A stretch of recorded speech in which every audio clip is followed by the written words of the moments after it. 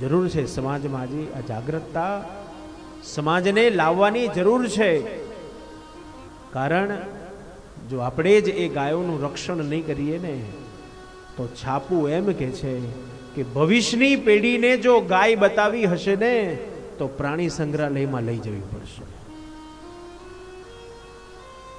કે અમારી આ એક સંસ્કૃતિ હતી, અમે જેને માં કહેતા હતા ત્યાં ગાય. ગૌ રક્ષણ અને ગૌ સંવર્ધન બંનેની જરૂર છે. આપણે બધાએ જાગવાની જરૂર છે. એ ગાયોની સેવા મન વાંચિત જે ફલ પ્રદાન કરાવે છે, જેને કામધેનુ કીધી તે ગાય.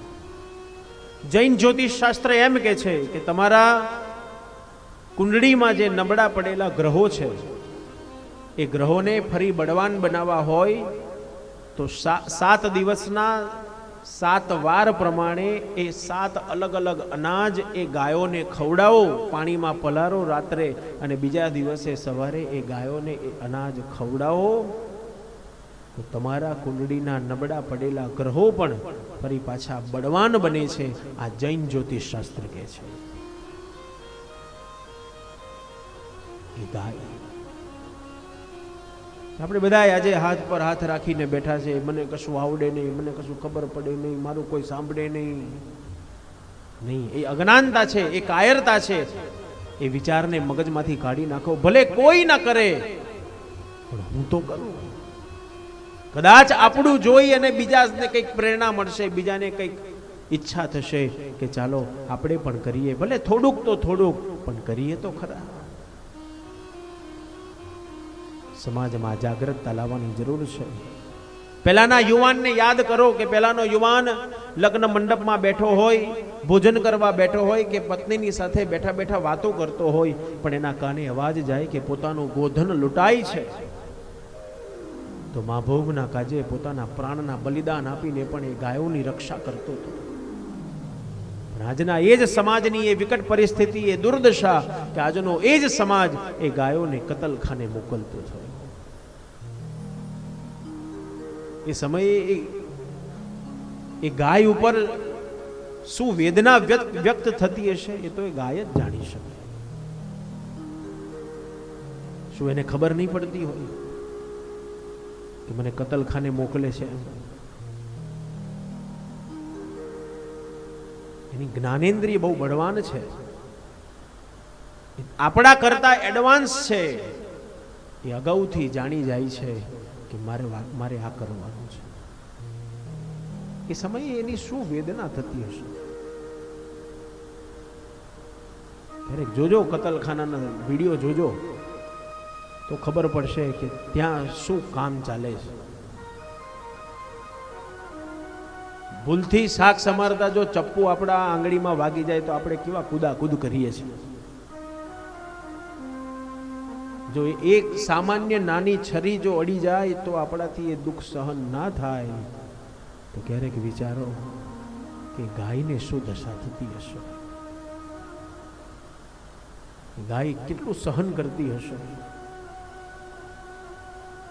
તરફડતી તરફડતી ગાય પ્રાણ છોડી દે. બંધ થવા જોઈએ કતલખાના, તો બંધ થવા જોઈએ. કારણ આપણે કૃષ્ણને માનનારા, કૃષ્ણની આરાધના કરનારા છીએ. તો કૃષ્ણએ કોની પાછળ પાછળ દોડ્યા?